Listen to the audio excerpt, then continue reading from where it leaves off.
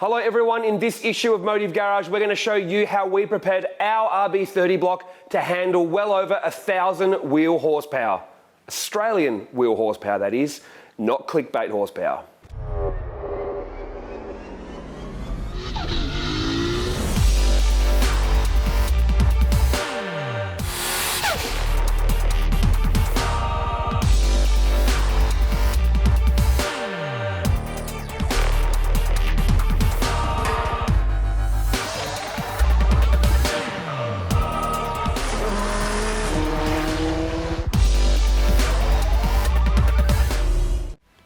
Now, as many of our viewers would already know, we've decided to go down the RB30 26 route in our black R32 GTR because it's going to become more drag focused, but still a street car, while our gold car becomes more circuit focused.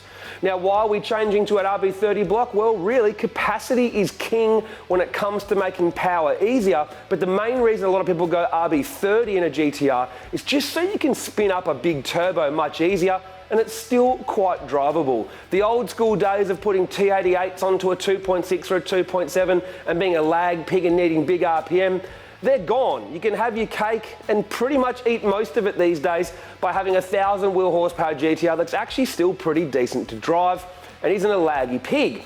Now, with our latest engine build for our R32 GTR, we're not just going to show you how we prep our RB30 block, we're going to show you the parts we put inside it, how an RB30 26 goes together, and then we're going to compare it to what the 2.6 did in the car. Basically, the only thing we're changing to begin with is the bottom end. So you can see 2.6 versus 3.2 and how it affects the power curve and how that turbo works. From there, we're going to be testing inlet manifolds and going to larger turbochargers, etc. But to begin with, it's just 2.6 versus 3.2. No matter what parts you choose to put inside your RB, you still need to prep the block to handle some serious horsepower. You can't just do a little bit of machine work and hope for the best.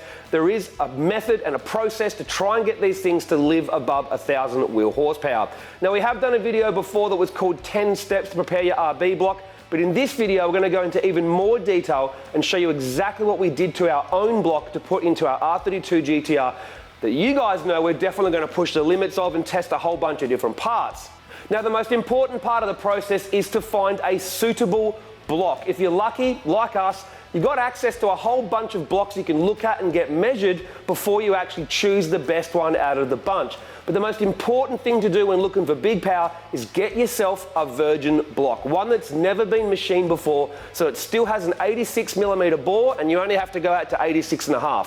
Why? Well, if you watched our other videos, you'll know that bore thickness is a very important factor in how long your RB will last at serious horsepower levels. So that is the number one priority. Get yourself a virgin RB30 block and then get it tested for bore thickness and hardness. Our relationship with Platinum Racing products meant we were able to choose a good block to start with. Herman cleans the blocks, then tests bore thickness and hardness.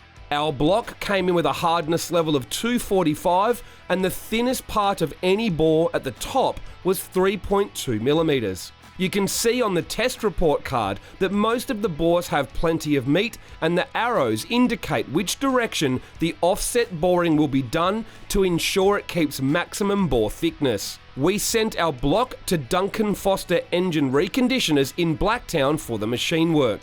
The first step is to line bore the tunnel for the crank. This is done now for two reasons. Firstly, if there is anything wrong with the tunnel, the block can't be used. So it's better to know now before any more work is done. And secondly, once the block has been machined for a Platinum Racing Products engine brace, the height between the girdle and the pan rail can't change. So the factory main cap girdle can't be machined down to give more meat to the tunnel if it needs it.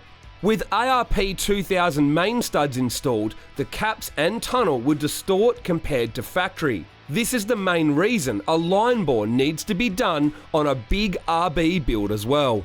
The block is then sent back to Platinum Racing Products to be machined for a brace and have annular grooves cut into the main caps. The RB26 already has annular grooves, but the RB30 doesn't, so they are added in for better oil flow to the bearings. The brace not only reduces twist in the block to minimise cracking, reduces main cap walk, and adds strength, it is also a four-wheel drive adapter for the RB30 two-wheel drive block so that it can attach onto the GTR sump. Two-wheel drive blocks have one row of holes, while four-wheel drive blocks have two rows of holes.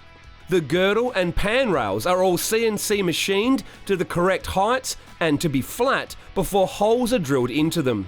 The block was then sent back to Duncan Foster to be grout filled. Essentially, a concrete resin is poured into the water jackets around the bores. Some people go a quarter of the way up, some a third, some half, and dedicated drag cars will fill the entire water jacket so there is no water on the deck at all. This is for cars on methanol and drag racing only. We filled ours to above the Welsh plugs on the high side, making it a little over half filled.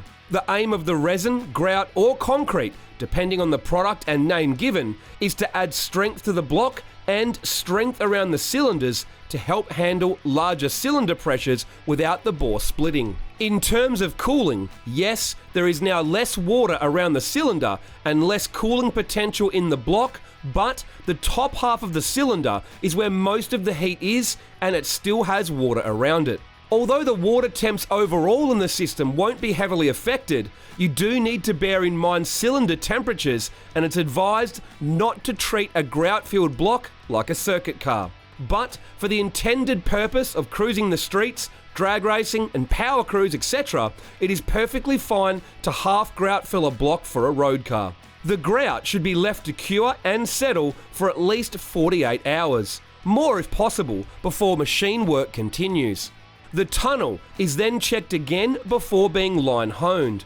An important technique that Duncan Foster have implemented for RBs is to torque the main studs, do a hone, then loosen and re-tighten the main studs and recheck the tunnel. They repeat this process until the metal has stabilized and there is no difference in size when they loosen it and then re-tighten the main studs.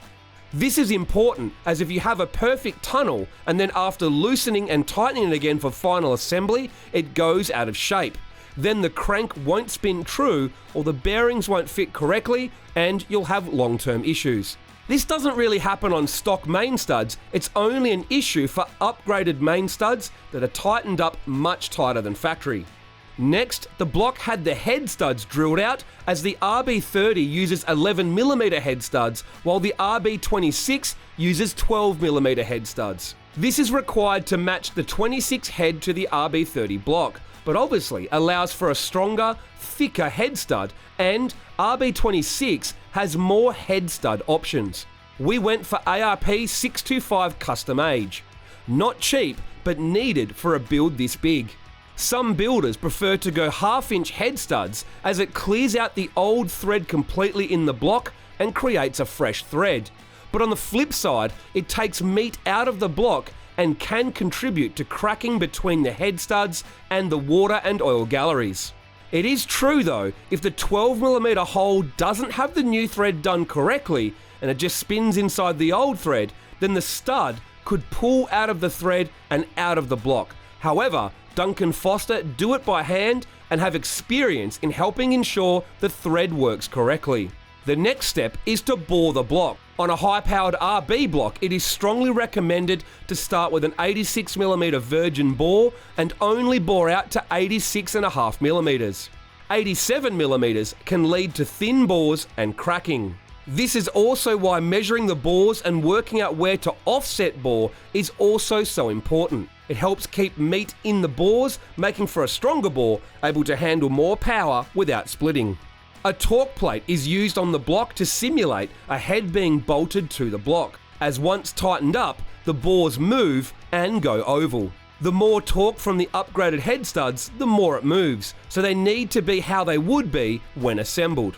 Preparing the block for boring is very important, and it must be dead straight and not move during the boring process. The electronic boring machine is dialed in, so boring can begin.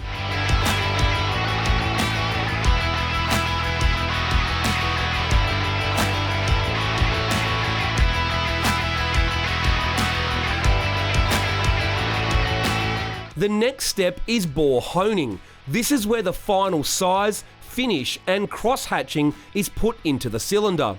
This determines a lot about how an engine performs in regards to oil lubrication, wear, and how much it breathes. Exactly what grain of stone and the angle of the crosshatch to use is something that needs to be determined between machine shop, engine builder, and the manufacturer of the pistons and piston rings. The latest Nitto Performance Engineering spec CP86T forged pistons use a PVD coated ring set. CP advises a set boring and honing technique that starts with the usual 220 grit, but rather than go to 320, they recommend a finer 400 grit stone for honing. It's important to go in steps, otherwise the bore can end up being too smooth and essentially glazed. The crosshatch for these rings is recommended at 20 to 22 degrees. Duncan Foster also do a plateau hone at the end. This takes off any high points in the crosshatch. If this isn't done, the piston ring takes off the high points and the metal ends up in your oil during the run-in procedure. Duncan Foster uses an electronically controlled honing machine that is super precise. The final piece of machine work is decking the block. It's basically a giant grinder that machines the top of the block flat and smooth. This is important to make sure you get a good seal with a crush ring style head gasket. So there you have it. Our RB30 block is finished and ready to assemble to make some serious horsepower. Now, machining might seem pretty simple, but obviously you need precision equipment, you need precision measuring tools, and know how to use them. You need high quality cutting and grinding tools to use onto the block, and you need staff with years of experience to get it done right. Take any of those out of the equation, and you're just not going to get the finish that you need. Now, like anything, you get what you pay for when it comes to machine work. The guys at Duncan and Foster Engine Reconditioners put in over 20 hours worth of labour into our block, so you're talking $2,750 Australian in terms of an off-the-street price to get that done. When you then add in the work from Platinum Racing Products when it comes to cleaning the block, doing all the sonic testing, the annular grooves, and machining for a brace, you're talking another $1,350. So now we're talking $4,100. Add in the brace, the equipment that goes with the brace, and now you're talking $5,700. Add in the ARP head and main studs, and you're at $7,000 for just what we've got so far before you buy any rotating assembly. But if you've bought a GTR, you already know this game, and you know you're up for some serious money if you want a street car that can make a genuine 1100 wheel horsepower and drive around on the street. Now, in our next episode, we're going to show you more of the parts that are going to be going inside this engine to make that power before we finally get it assembled over at CRD.